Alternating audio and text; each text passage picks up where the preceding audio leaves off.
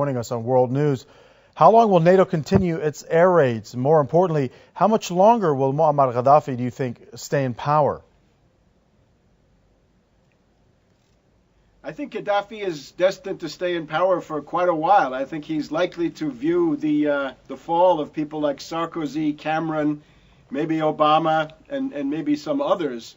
NATO would like to continue their attacks, but the problem they have is that they're going to run up against this mid-September deadline that's built into the United Nations Security Council resolution. At that point, they will need a new resolution, and I'll be very surprised if Russia decides to put more egg on its face by not vetoing such a resolution. You also have to look at the fact that the coalition is falling apart. As of right now, Libya time, Norway has dropped out of the coalition.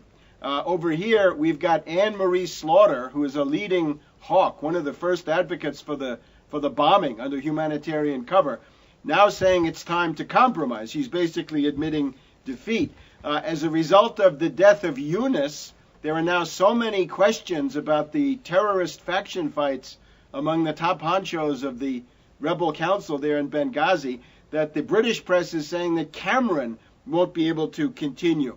Berlusconi says that he didn't want to do it. He was forced to do it by Obama, and he was talked into it by President Napolitano of Italy, who, interestingly enough, is an old communist who's now become a warmonger for NATO. So if you look at this coalition, it's in total disarray. One other thing, if you're following the U.S. House of Representatives in this budget fight, when that gets over with, you're going to have a lot of mad Tea Party Republicans looking for an issue that they can use against Obama. I have an idea Libya and Obama's violation of the War Powers Act might be that issue. Well, Dr. Tarpley, you say that he's going to stay in power for a longer time. Do you think the revolutionaries can capture Brega, and is that the key point holding Gaddafi in power? If they capture, will that cause a turning point?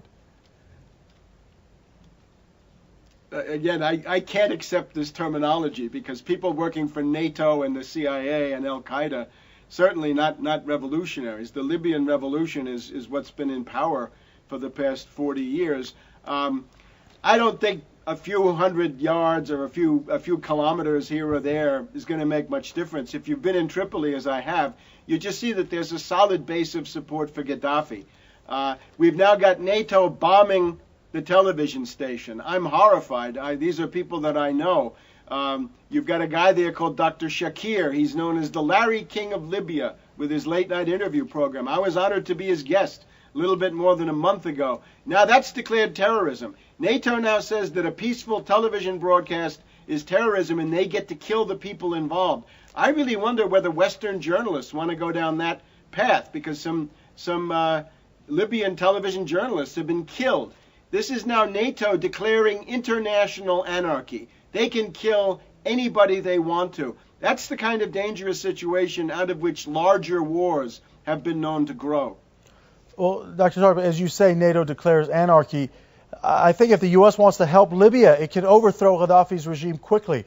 Why are they allowing these innocent civilian deaths to continue, and how long will this continue?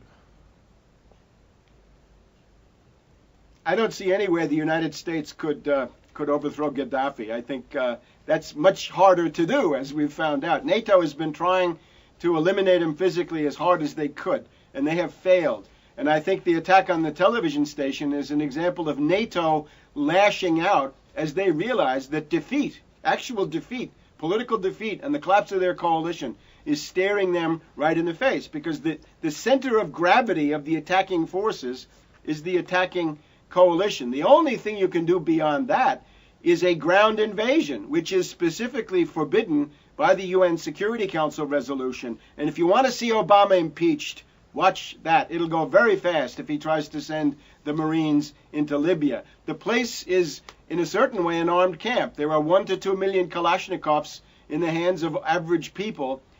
There's a tribal organization which is made to order for guerrilla warfare. I can't think of any place that would be more difficult to invade than Tripoli and its environs, and that's based on first-hand experience. Well, thank you for joining us, Dr. Tarpley. That was Webster Griffin Tarpley. He's author and historian.